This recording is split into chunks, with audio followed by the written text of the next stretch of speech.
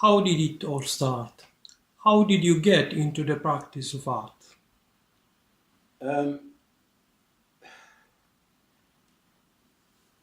but I was accepted for a, a, a Yorkshire Schools exhibition in, I think, 1948. I was 8 or 9. So I had an interest. There was some reward in that. I'd done this painting at school. It was of a ship on the Dogger Bank, which is a famous sandbank in the North Sea off the east coast of England. And I'd done this painting and it was accepted and it got recommended. So that was an initial kind of stimulus that made me think about. I mean, I wasn't thinking about being an artist or anything, but I thought I'm interested in art. That's what it kind of reinforced a certain kind of interest. So that was very young, really, 8. But it wasn't till I was at a place called Wath Grammar School at that time in South Yorkshire. And a new teacher came called Philip Jenkins, who was really a very interesting guy. He really should have been teaching in art school. I found out later, but it was my luck that he really stimulated. I was already interested in it. I knew I'd looked at quite a lot of books of paintings by then. I was 16 probably, maybe 56, 17 maybe, 16, 17. 16, 17. Yeah, and he knew a lot about Picasso and the kind of French modernism. This is 1956, so it's before the centre of gravity moved from Paris to New York. In the culture I was still in South Yorkshire, Paris was still the kind of artistic centre of the, if you like, of the art world.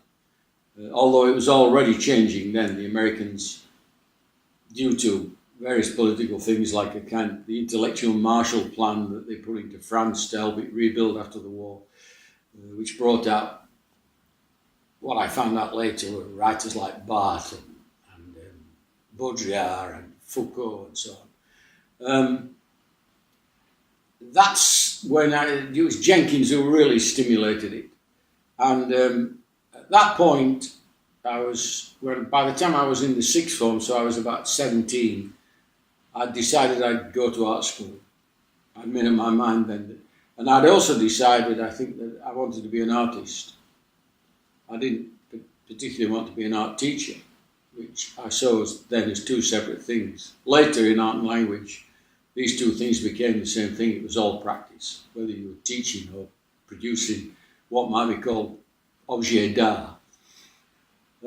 So from then on, I went to Barnsley Art School, and from day one, really, I was determined I would apply to the Slade, because I thought places... In those days, the British further and education system and higher education system didn't have too many postgraduate courses. The Royal College was one, and the Slade was another. There were one or two around the country, Reading and places, and Leeds had a kind of... But I'd focused on the Slade because a lot of the artists that seemed to engage me at various times had trained at the Slade, I think, or at the Royal College. And also, this was the era when, in Yorkshire, there was quite a lift in the kind of art milieu. Hockney had just started. He was from Bradford, and I knew his work quite well. When I got at Barnsley, they told me that I needed to take this. This was the art school I was at. I need to take what was called the National Diploma then, before I applied to the Slade. But I thought, no, I'll apply direct from here. They told me I wouldn't get in, the people who advised me at Barnsley. But as it happened, I got in, and I found out later I got in easily. Apparently, in those days, the Slade interviewed. The earlier you were interviewed, the more unlikely you were to get in. And I didn't know then, but I found out later I was second. So I was almost certain to get in, unless I came out as a complete dummy or something, or reactionary, or too radical. But anyway, I got it reasonably right, and I got in at the Slade. And the Slades were, for the first year, 2 years at the Slade, I thought,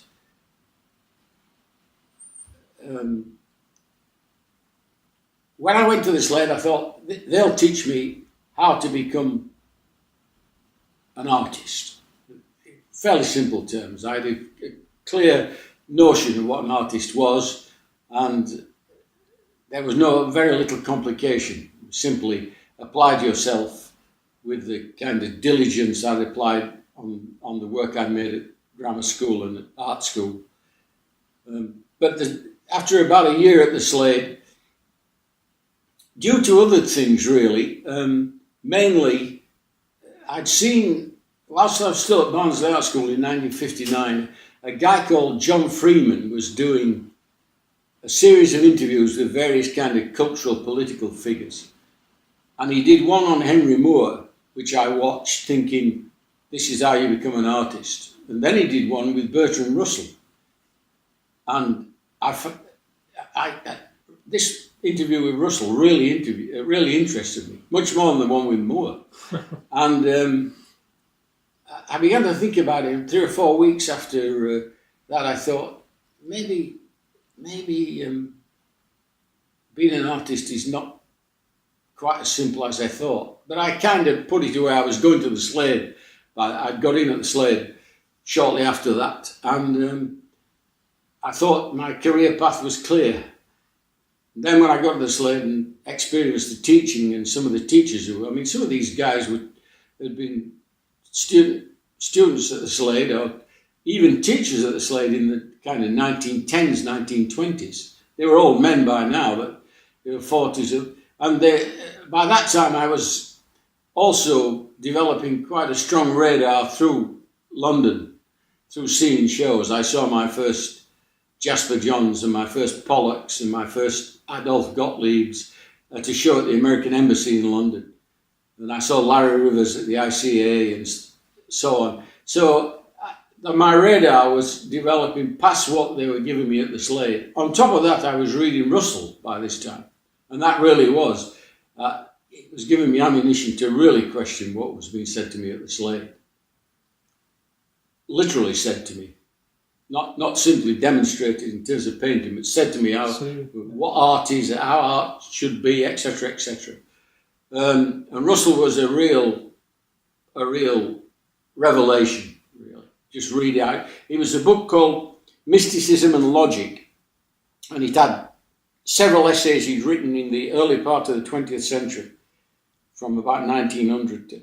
But they were all basically questioning the whole business of existence, of what an object is, and I was being taught this kind of, what we called at that time, Euston Road operator, the Slade, measuring. And I thought, well, compared to Russell, this is relatively unsophisticated, even rustic. So I was beginning to get a kind of critical grip on being an artist was perhaps a bit more problematic than I thought. And then the other big impact, which had went back to being 16 or 17, but had increased throughout that whole art school period, right into the Slade, was the impact of American rock and roll.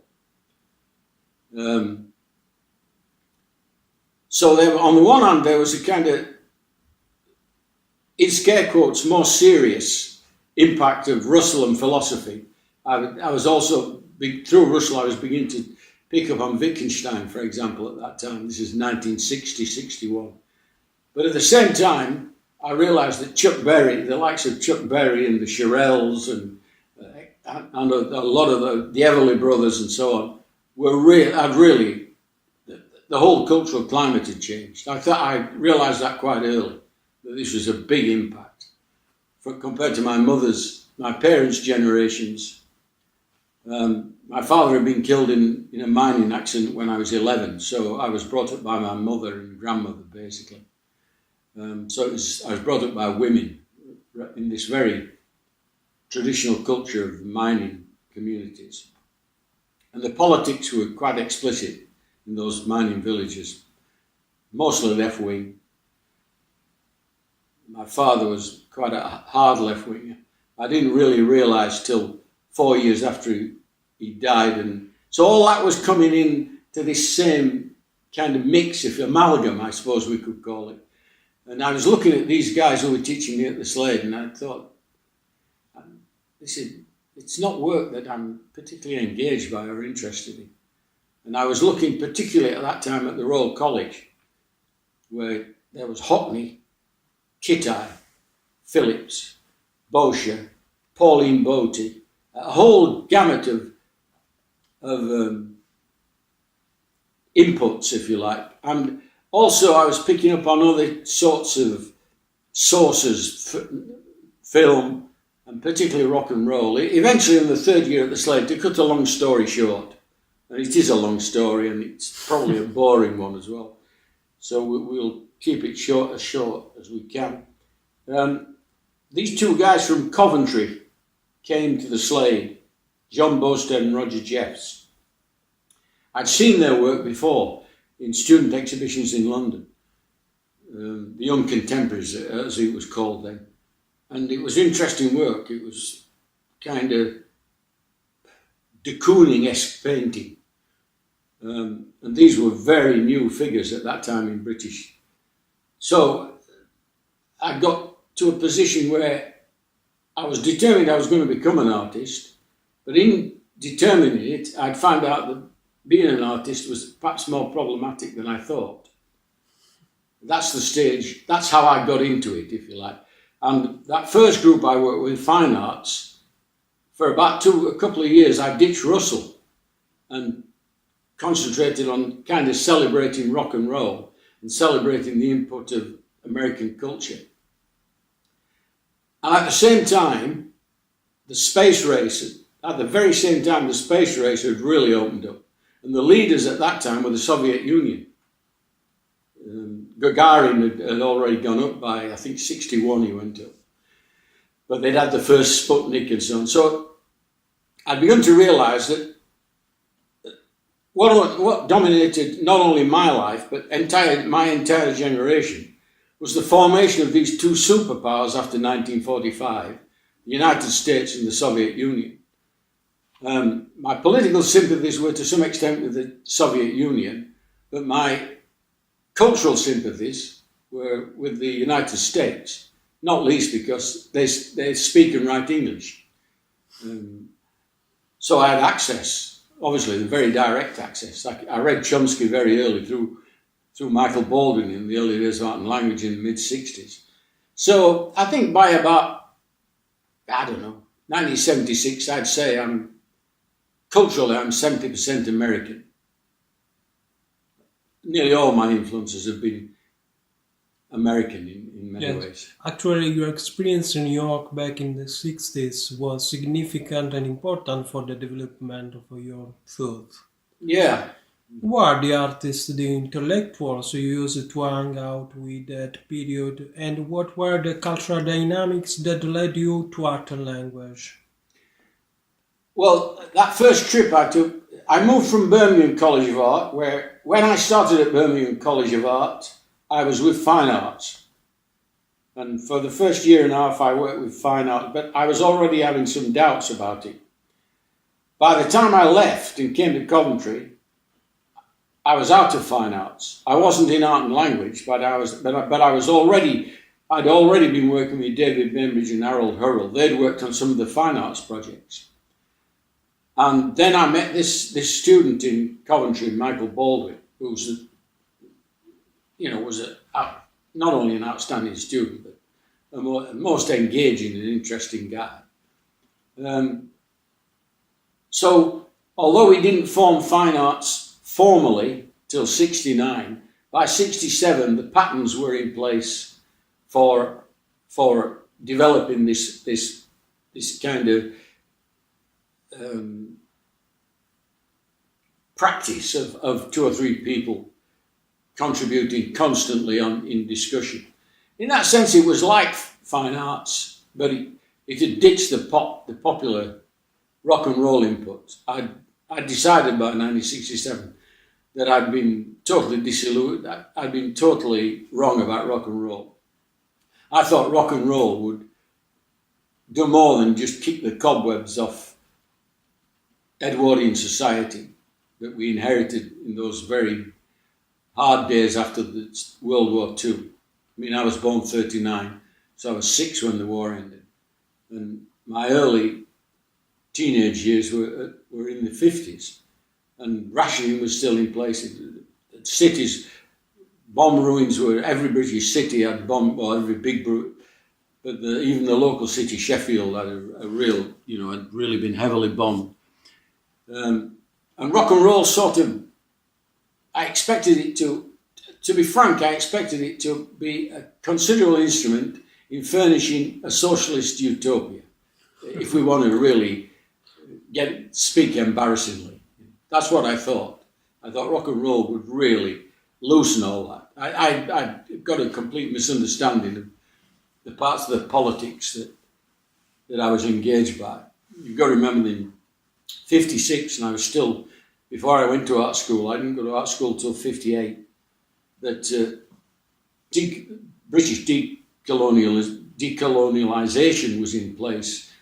Suez had been in place, where Eisenhower had stopped the French, the Brits and the Israelis from attempting to knock Nasser over. All those sorts of events were feeding into this idea of what an art practice might be, maybe obtusely at that time, but they were there.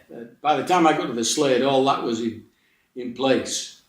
And it was in leaving fine arts in the mid-60s, I got a lot of that clear in my mind as to what was happening, the French in Algeria, etc., etc. And then in the end of the 60s, the Irish stuff went up. Yeah. I went, my first trip to New York was in 1967, and it was basically a shopping trip. I took art and language work, which was small texts and diagrams and very light work. You could take it in a very light concept. Yeah, I mean, it had no heavy technical apparatus attached to it. And we'd worked out a kind of hit list that we thought we couldn't get a break here. Hardly anybody seemed interested. David Bermage's sculptures and Harold Hurrell's sculptures, the Architectural Association and Cedric Price and Company were interested, and they were the only ones. In the fine art world, we couldn't get any interest at all. But we by this time we observed the American art magazines quite closely. So we worked out that this new minimalist set of artists, Sol LeWitt,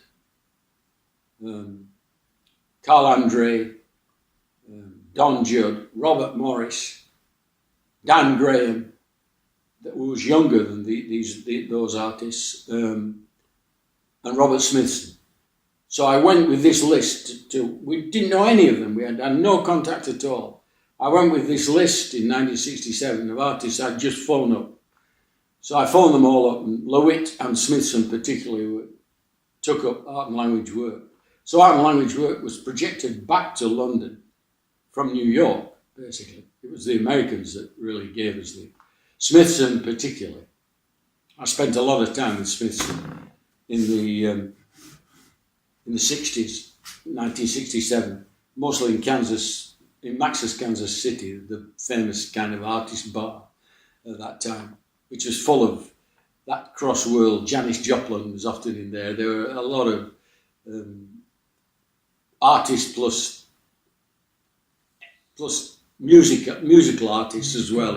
It was a big mix. But Smithson was very interested in a lot of the work we were doing. And it got established there. The only one who, I couldn't see Robert Morris because he was out of town. Don Judd wouldn't see us. But Carl Andre and Sol LeWitt and Robert Smithson all agreed for me to come round and just informally talk with them and show them this work. And it was Sol LeWitt who put us in touch with Dan Graham and Lawrence Weiner, for example. Lawrence Weiner, yes. And so I got to know these guys. Smithson I got to know reasonably well that summer. I was in New York for about 2.5 months. And from then on, that was 60, I got back, I don't know, September 67. By that time, Michael Baldwin and I had got an established pattern of working together. It was a really interesting time, for me anyway. I don't know about Michael. I think Michael also. David and David Berridge and Harold Hurrell as well were already being shown at the Architectural Association. And we were being picked up via the American artists in London. Joseph Kossuth I didn't meet till the second time round. We went to New York. I went with Sue, my wife, in 69. And I was there about the same amount of time, 2.5 months. And by that time, we'd published the first Art and Language magazine. And the Americans were well aware of what we were, so Kossuth was waiting for me. So that probably answers, to some extent, the question. But what happened next? Why did you leave Art and Language in 1974? And what are the ideological bases on which your post-art and language work is based? Well, I felt excluded, basically, from Art and Language. That's why I left. That was the big reason. I felt I wasn't contributing. But it was, the real breakup was to do with the fact that Art and Language was, the centre of gravity for Art and Language was Coventry College of Art. And we got this teaching course together called Art Theory, which at the same time, colleges of art were pulled into what was called the polytechnic system. They were pulled into other institutions. They weren't universities, but they were kind of technical institutions. And inside there, for better or worse, we were never against painting. But we just thought a lot of the stuff that was taught was shite, and was counterproductive, and was also misleading students. And a lot of the students felt we were aliens because what they wanted to do was paint. They didn't want to ask questions about what they were painting. They just wanted somebody to tell them basically they were good, don't we all? We all have that vanity where we'd like to be reinforced rather than criticised. Whereas I think the centre of Art and Language teaching at that time was critique, for the want of a better phrase, a horrible phrase, criticism.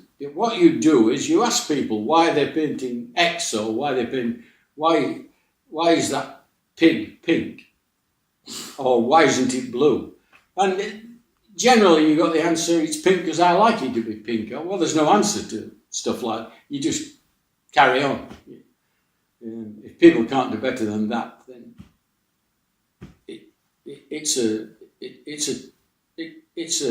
you're checked out, so to speak. So we had a lot of problems with certain groups of students. So when and that rippled to the top that these guys in the painting department were attacking painting, which in a sense we were, but we weren't attacking painting as such. We were attacking what was being taught. And I mean, these people, these other teachers, some of whom we know turned against us, had never heard of Robert Morris or Sol LeWitt. They were still with Picasso or whatever. And, as I've got older, I have more and more sympathy with them because I know how it is that I think that you become probably unbearably vain if you see yourself as progressive. We definitely saw that not so much that we were progressive, but that they were against any notion of progression. There was a respectable way to paint painting, so to speak. That was it. These are seminars and all this talking. And this rippled up the hierarchy till it got to the top of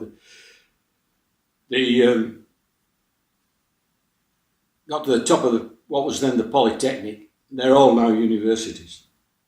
And eventually they got rid of the guy. There were two guys protecting the art and language, the art theory course. One was Don Foster, the head of department, who helped set up the space so that we could set it up. And above him was the head of the whole art school, an Austrian guy called Ernest Hock, very nice guy. And he would, for some reason, and I found out a lot since, but I won't go into it here, the powers that were at the top of the university were not keen on Hock. They were even less keen on us. So the idea was to get rid of Hock, which they did, get rid of Foster, in order to get rid of art and language and get it back to a kind of safe painting course, as they saw it, which is what happened. David Bainbridge and Michael Baldwin were on what was called part-time teaching contracts, which meant they could be sacked overnight, which is what happened. They couldn't sack me because I was on a full-time contract. So at that point, art and language is reasonably solid, but soon after the teaching thing broke down and David, he left art and language anyway. He wasn't comfortable with Charles Harrison being invited in. And I stayed with art and language for another couple of years, but the centre was no longer at Coventry. I was still teaching at Coventry. The centre was now with Michael in Banbury. He kind of pulled everybody down there. He got a lot of younger, well, not a lot, but he got 2 or 3 younger students who were really the centre of the operation. And I just felt excluded. And I was excluded. They've admitted it since. So it wasn't of interest for me to stay there. It's not what I wanted to do. I wasn't. The indexes, which were the big project when I started to leave, 72 to 74, took me 2 years. Well, I suppose by the end of 73, I knew I was going to leave, although I hadn't left. I decided that conceptual art had become one more kind of academy. Funnily enough, I don't know, I might be wrong, but I think Michael had certainly had that feeling as well. It had just become established, more establishment. And I was looking for other ways of getting out, of developing, in scare quotes. Some people would argue it didn't develop, but I thought of developing the work, developing the practice. I wasn't interested in a career so much because I'd seen what a career was in art and language. And I started to draw the distinction between having a practice and having a career at about 1973. Consciously, I saw it as a distinction. So after I left, I also left mostly the connections we made in art and language with dealers, particularly Bishop Berger, Tom Plum, Speroni in Torino, and John Webber in New York. I just drifted away from it. And I stayed out, I don't think I showed again till 1976, so it was about 3 years when by that time I'd done a lot of these First World War drawings, and it was Victor Bergin who set that up. He was with a gallery called Robert Self in London, and he kind of brokered this show. I remember he phoned me up and said, would you be interested in doing the show? So I did this catalogue, I think it's just called Work or something like that, of these drawings I'd done in the First World War. And I was still forming. This wasn't a body of work I saw as kind of complete, or it was just ongoing. And I was also uneasy with being an artist. And I've never really been that comfortable. And I ought to have been more comfortable, I suppose, because I had all the attributes, in the sense that I had a big studio here in Leamington. So I'd got real estate, which seems to be increasingly a sign of whether you're successful or not. But it's really a sign of whether you've got a successful career rather than a sign of successful practice. The great thing about art and language, for me, the early work, was that Michael Baldwin and I particularly could actually do work on a kitchen table. We didn't need a studio. We could do it on a train, in a cafe or whatever. That I never forgot. That was really lightweight. I mean, you were really mobile. So by 76, I got, and it stayed with me, I'm still uneasy. And I think it's part of what pushes the practice on. The uneasiness is what has kept, ironically, if you like, is what's kept me glued to a practice.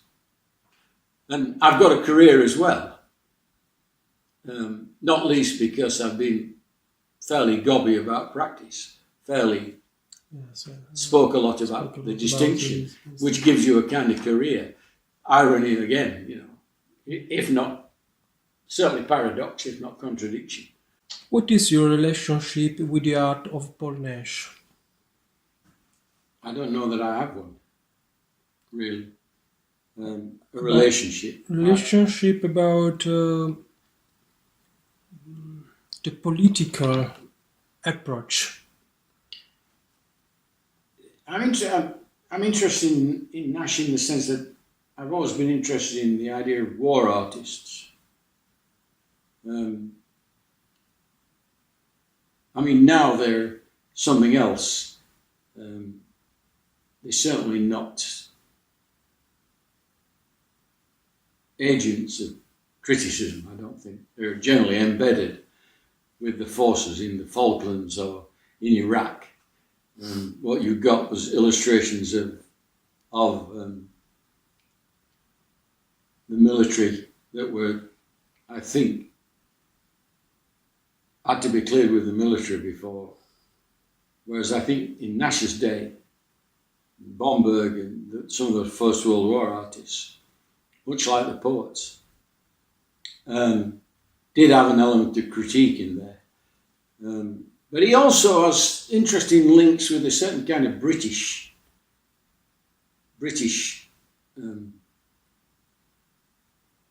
I suppose, notion of landscape.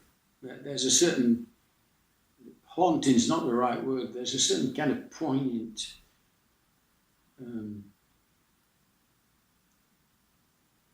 certain kind of resonant historical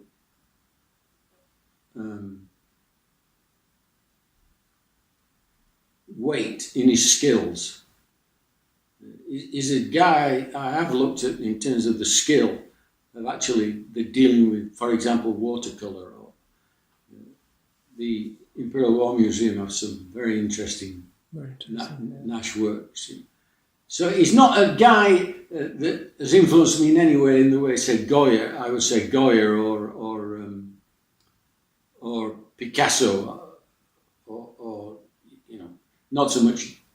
That's a body of work, but it's more individual works that I've looked at rather than artists.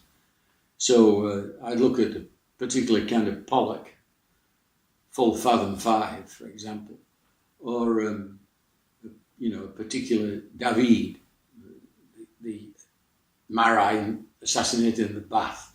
Those sorts of pictures, and I could, but with Goya particularly, there's any number of pictures. The same to some extent with Bosch. And it's certainly the case that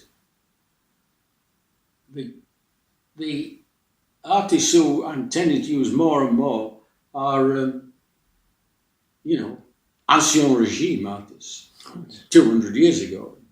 Maybe that's a sign that I'm getting more and more conservative, something more and more reactionary. But I hope not. It could be. But Paul Nash is certainly one of among a bunch of. There's not many British artists I'm that engaged by. He's one. Certain pictures of his, particularly the wrecked aeroplanes one. I forget the title. And there's a picture, quite a few Turner's pictures I really, really like. But I wouldn't say I've got a particular resonance with Paul Nash. I've certainly looked at the work, and I think I know the work quite well. Okay. Can you tell me about the cycle of the Irish works? Well, that's Thatcher. I mean, she was something else. I think the country was reasonably civil in its general exchange. But Thatcher brought something else, the idea of a property-owning democracy, which we now know a third of the population at least will never have. They'll never own a property, even when they're earning a wage. But it was always on the cards that, is there enough to go around anyway? That's the first thing. But secondly, if there is enough to go around, will the powerful let it go around? And the answer with Thatcher was quite clearly no. So the politics were there up front in the early 80s. It was the first time since the war I really saw a reaction, what I call a reactionary government at work in Britain. So what came out was the Falklands and those drawings about the Falklands and eventually the Irish work, which was the ongoing, the one they couldn't solve. And they still haven't solved it. Brexit has raised it in a disguised form. There's the border. The arguments about the border. The border, the border, the border. It goes on and on and on. It's a border without end. But generally my politics are that I'm Republican rather than monarchist. Therefore, I'm not characteristically British, although I'm as English as they come, since I'm born right in the middle of England. And I have a lot of respect for English Republican traditions, which is John Milton and Cromwell and so on. I think they got the Irish completely wrong, but there we are. We have to live with these contradictions. But the Irish thing broke in 68. Still with art and language, in 69, still with art and language. Sue and I were staying with Joseph Kossuth and Christine Kozloff in New York. So when those recent troubles first broke in the late 60s, I saw them through an American television rather than a British television. And an American television, particularly in New York and Boston, and so on, was quite sympathetic to the Irish, to the Catholics. So, and they started, they were talking about the Brits. And I think they're talking about me, actually. And then I went into a bit, and then I realised that what we got in Northern Ireland was an apartheid state. The Protestants were the white South Africans, and the Catholics were the black citizens. And what's more, my taxes were supporting this apartheid state. And so had my parents' taxes, and so had their parents' taxes. So it really hit home, the Irish thing. And then, of course, it went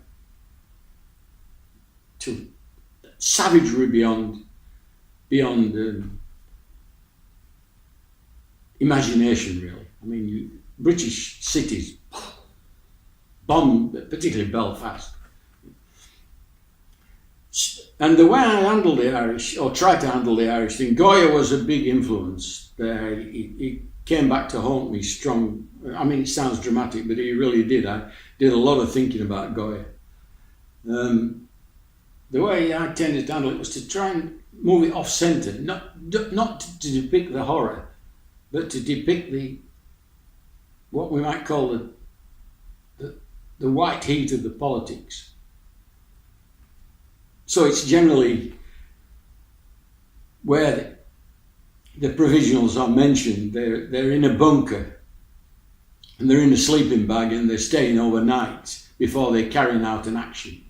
Or they're decorating the bunker with domestic Republican items,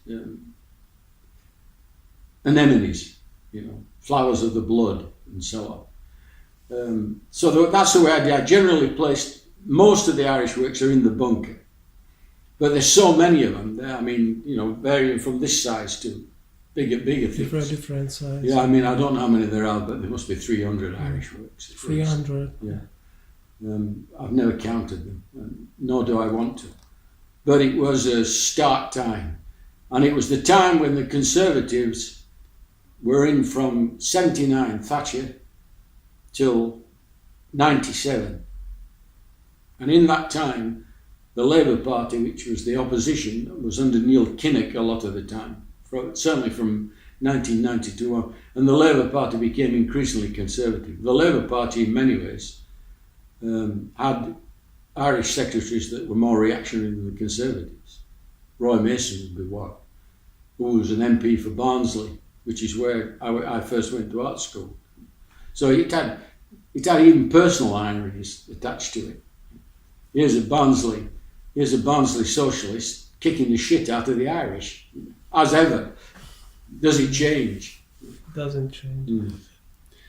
You have experienced a multitude of languages, all linked by a solid coherence of a radical and never predictable thought, thus avoiding the danger of following intermannerist practice. There are artists who often follow intermannerism of their own language, for example. In your case, I believe that your work with its many practiced languages has been in some way plundered by many contemporary artists of the last generations. Anyway, this is a personal consideration of mine.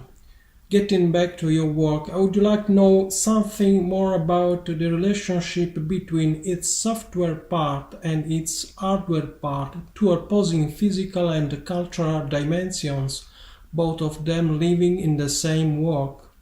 I think, for instance, about the Roos work cycle, about the Greaser's work cycle. How did you get to this cycle of works?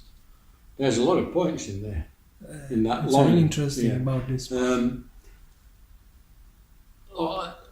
Let's talk about Greece first. In one sense, it comes directly out of the Irish work, because what you got with Ireland was the fact that the UK wasn't as coherent an entity as I'd assumed it had been as I grew up. I grew into teenage, the 40s and 50s. The UK seemed solid, despite the fact it was having to ditch its colonies, India, etc., and a lot of the African colonies broke out in the 60s.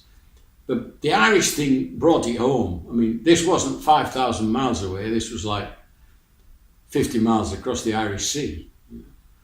And I thought, it's slipping, the British identity. It's never been as secure as I thought it was anyway. And by that time, the Scottish nationalists were beginning to form as a political kind of force.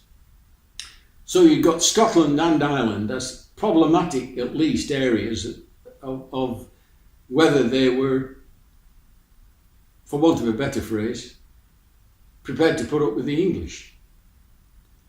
And when you look at the population, I mean, there's at that time there would be 50 odd million English, 5 million Irish and 5 million Scots, let's say. And you can see why the English will be dominant. I mean, statistically so they so outnumber these minorities. So this idea of the slippage of identity, I began to think, well, I'd like to find a material that mirrors this slippage, that is not secure, that is not hard.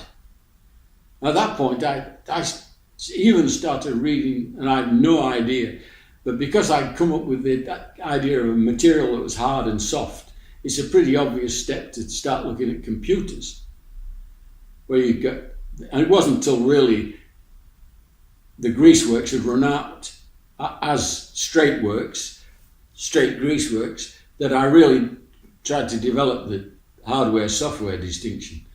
But it was clear that software, as a category, could spell lack of control. The artist not controlling the medium, and it has ongoing and seemingly endless resonance. Zuckerberg can't control the software, as we know. Cambridge Analytica. So it's very topical at the moment. Can change in the time. No? Yeah. I mean, it turns out that software is literally greasy in the sense that you try and control it and regulate it, but you can't. It expands or it changes into something else. So I think the greaseworks, in a funny sort of way, were quite prophetic, in that sense. You get the two main inputs I started in 86, 85. You've seen those early ones on paper. Those were the first ones that I think you saw this morning. Some of them. Yes, and I think in 1987. 87, that's right. Yes. And by the time the greaseworks were finished, really, in the sense of those big greaseworks, which are just grease and wood or whatever, Warhol chairs painted on surfaces with a grease trough running through the middle, and like the ones that were like the one that was in Portland, the Slap 5 one. Computers were coming into everyday use. And I was really beginning to get interested. That moved me on to using computer screens embedded in what were a lot of textual, a kind of return to textual works, but without our conceptual, 60s conceptual echo. Yeah. So that's what got me onto it. It was the fact that British identity was slipping, I thought, and still is. I mean, Brexit has really brought it home. That we don't really know who the hell we are. What we'd like to be is like we thought we were. I mean, that Brexit campaign was conducted in what I call the Dunkirk spirit. It was the British Expeditionary Force being brought home, close the borders, and so on. And then the border of borders turns out to be the Irish border, which is the one that they're still arguing. I guess they'll solve it one way or the other. But nevertheless, it's likely to recur, I think, in another form, sooner or later. That border over there in Ireland is a British kind of covenant that haunts successive British governments. All that's in there, in the greaseworks. Some of it, obviously, I couldn't know that Facebook would emerge when I was doing the greaseworks. I had an idea that computers would emerge. I'd done a lot of reading on Turing, for example, and some of the Bletchley guys, that were done in the war. None of it directly feeds into the work, but that's what I think makes at least my practice. A lot of the stuff that never gets in there, that is the stuff that really turns you over to conduct yourself and get this practice made, and in a sense, fuck the career. Terry, I've noticed that the concept of drawn or painted writing somehow has also characterized a good part of your practice in the 90s. Why do you draw or paint writing? Yeah, that was, one major figure of input. I mentioned Russell, for example, and I've mentioned Goya, but another major figure of input has been Noam Chomsky. He's been a strong input into my work, for both in terms of his political works, which is the first works I come across, but even more the linguistic, what we might call the linguistic works, the works about language. And so I started to, I guess, as a way of marking Chomsky on the map in the way I try to mark Goya and Picasso, however I started these works in the 90s, which said, do not read this. They were kind of instructions, and that's all it said. This, that. What the philosophers call the indexicals. They indicate things, but say very little else. You say, I'm interested in this and I'm interested in that, but you don't say what it is you're interested in. You just they're words that you point, really. But then there's other sorts of paradox that emerge, which I thought were appropriate to mark this kind of Chomskyan work, if you like. And it is also linked to the software distinction, in the sense that software, the amount of language that a computer can generate, just in, let's say, in advertisements. Fake news is not just image; it's text, bracing out. Yes. So is non-fake news. All that was there, but I came up with quite interested in the notion of paradox, I guess. Don't read this would be on the work. Well, you've already read it. Can you look at it without reading it? Probably not, if you speak English. If you understand English, you can't. And the same would go for Italian, French, or whatever. Don't read this means you've read it. I'm not, obviously, as I've said to you before, one of the dreadful humps I carry around is I'm monolingual. I only speak English. And it's a big regret that I should have certainly learned French and German. But anyway, nothing much, I'm too old now, and nothing much can be done about that. But the Chomskyan thing set up this work, this notion of saying drawing the word painting, P-A-I-N-T, is not the same as reading painting, even though it is the same. But I mean, in order to make that, you've got to make the same series of marks. But you're asking, if you're talking merely about drawing it, you're asking people to ignore the fact that these symbols symbolize. That is, if you read P and you read A and you read I and you read N, T, I, N, G, you read painting. If you draw P-A, the chances are you'll read it while you're drawing, if you speak English and you're familiar with English. But you don't read. But if you're from, I don't know, Tahiti, and you don't speak English, maybe you can look at this word painting as, what shall we call it? Aesthetic judgment or something. Yeah. Is it beautiful? Is it ugly? All those things were in that mix.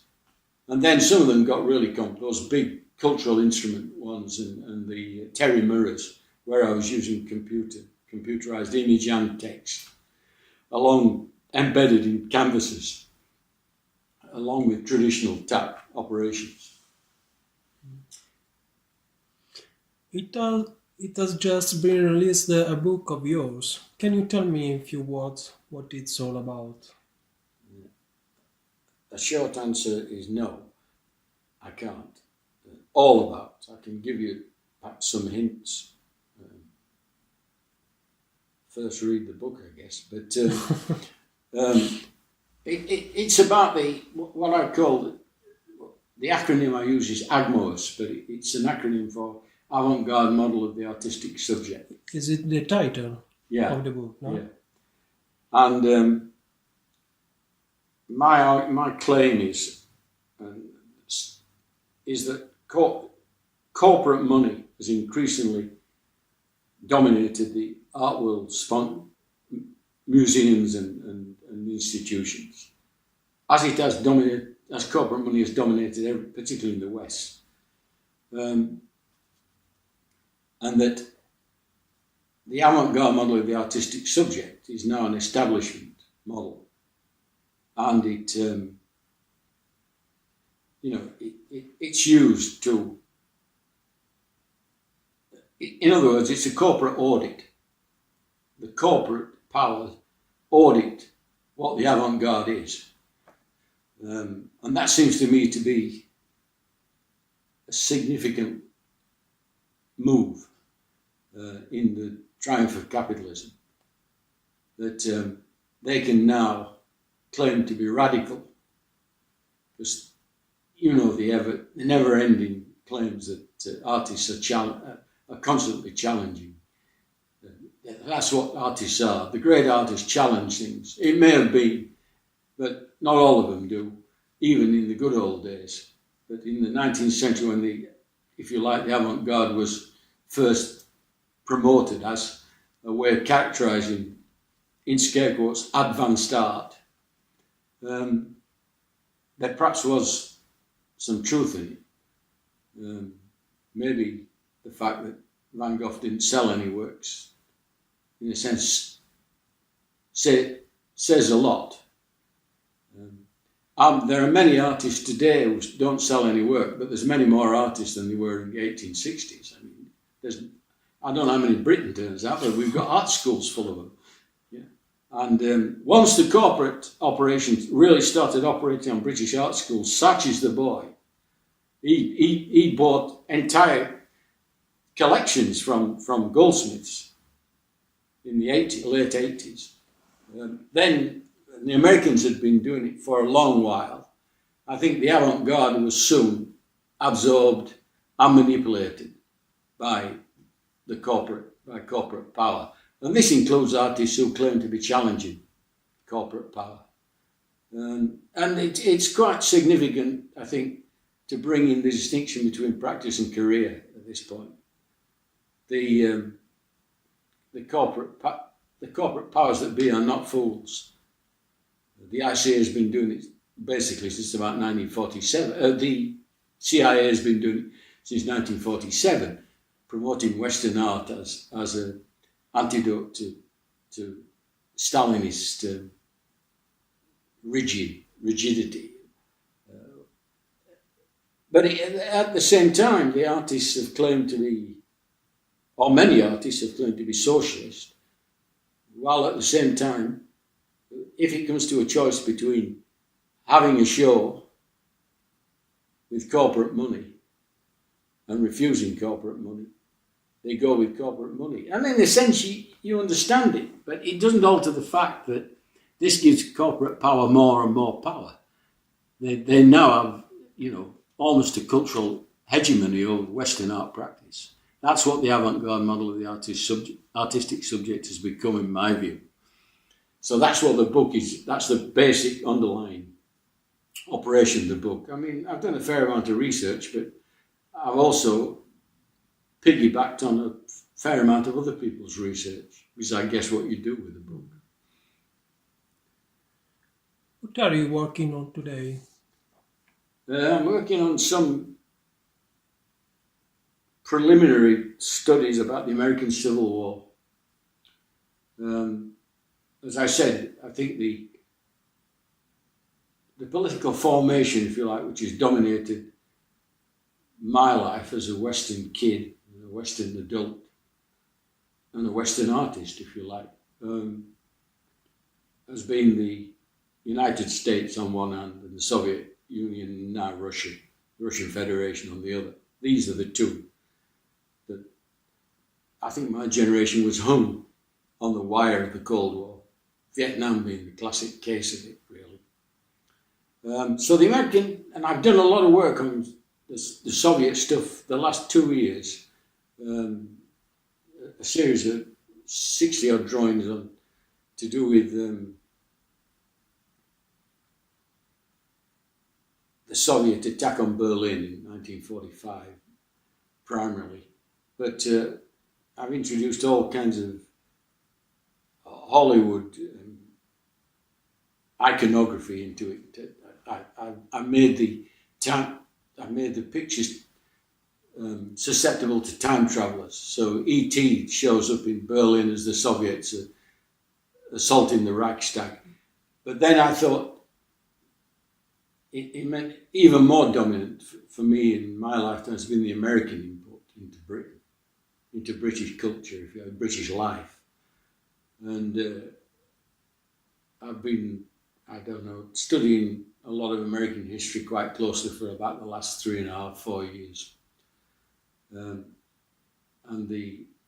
I think the singular epic event which filtered down and made the United States what it is and what it has been in terms of influencing all of us, but in particular my generation, was the Civil War.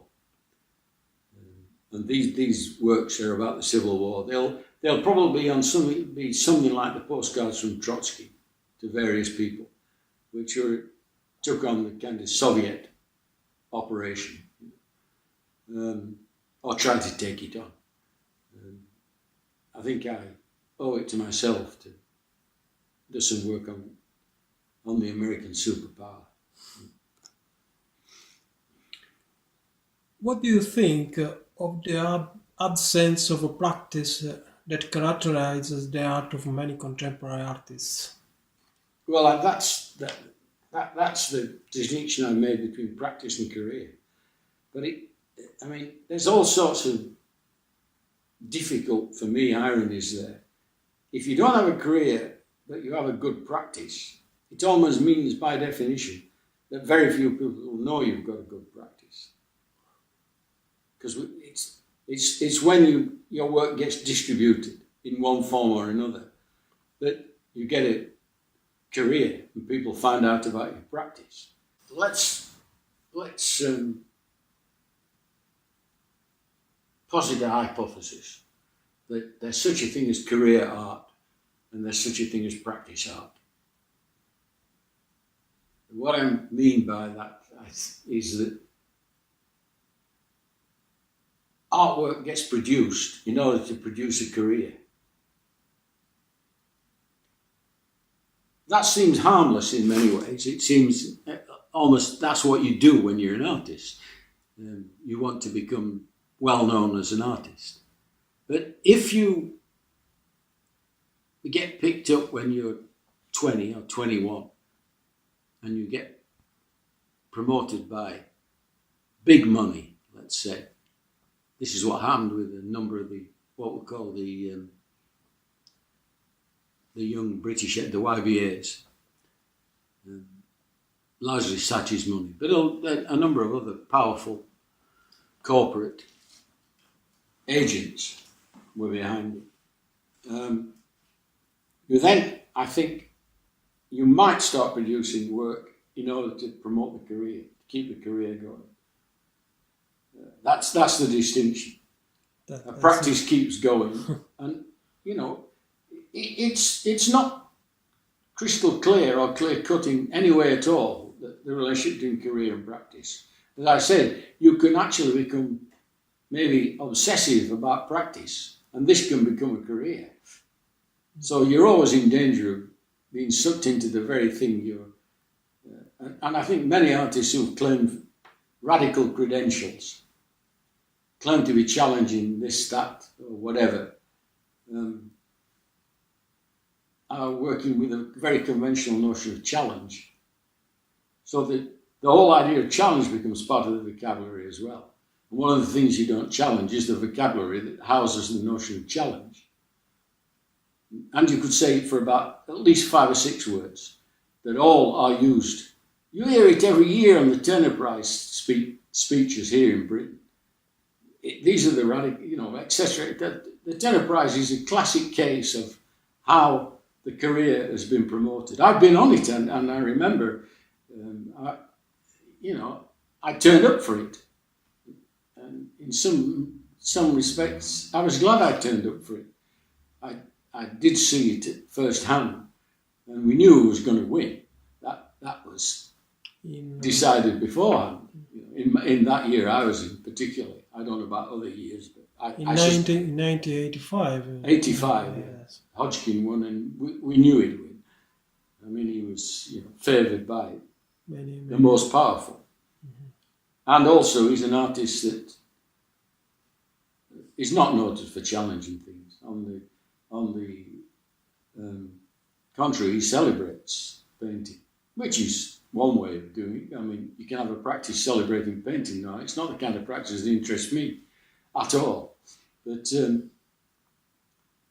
I guess I'm sort of Catholic on that one. I'm certainly not Stalinist on that one. There may be a few things I might be Stalinist on, but that wouldn't be one of them.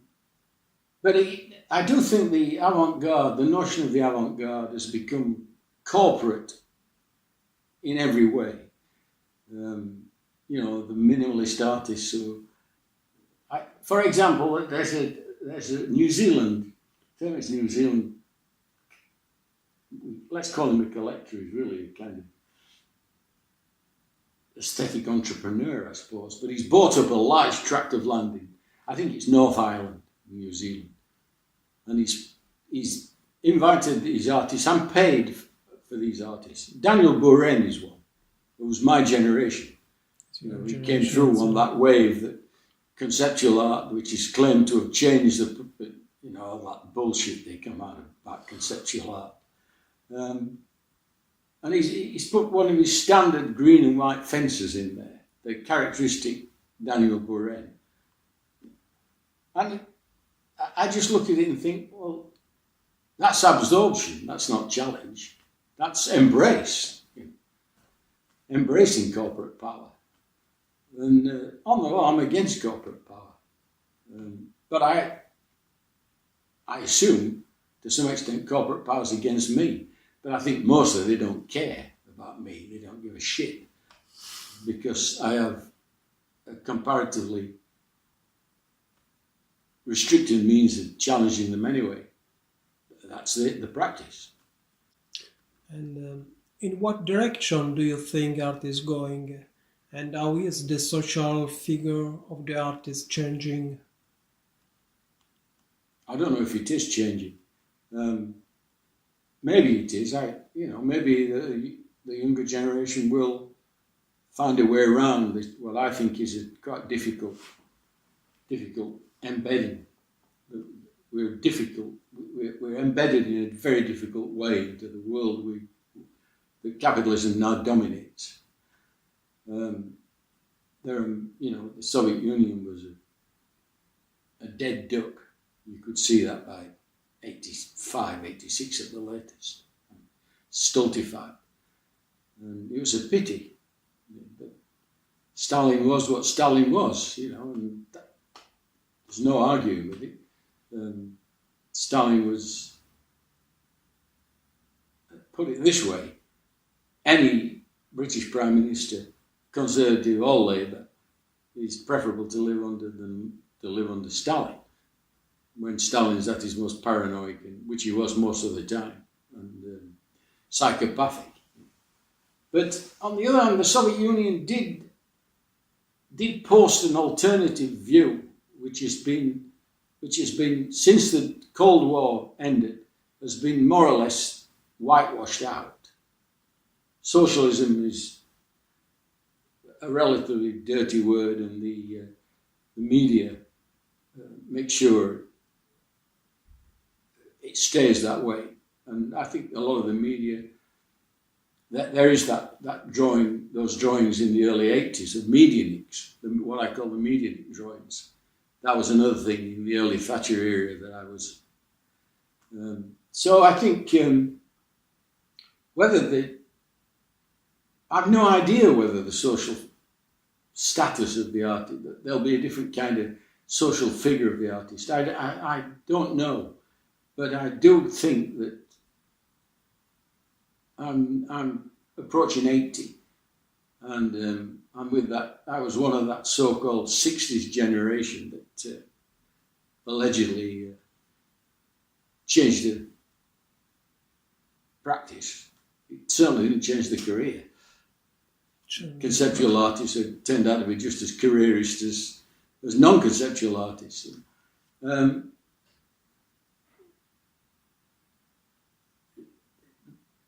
I don't see the artist, I see in many ways the artist as more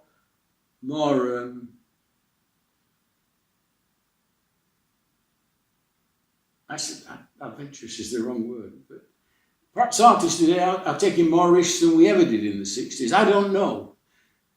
I ought really to know, but I haven't got time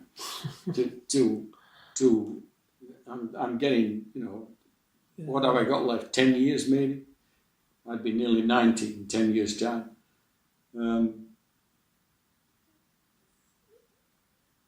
I put it this way, I think they've got a difficult task if they're going to live up to this notion of challenging things. I think I just saw on the news yesterday the Gillian Waring statue of this woman Fawcett. You know, rather than put a woman in with the men, why don't they take all the statues out? That'd be more challenging. Instead of that, they want to be like the men. Okay, thank you, Terry. You're welcome. Thank you very much. My claim is that corporate money has increasingly dominated the art world, museums and institutions, as it has dominated, as corporate money has dominated, particularly in the West, and that the avant-garde model of the artistic subject is now an establishment model, and it's used to, in other words, it's a corporate audit. The corporate powers audit what the avant-garde is.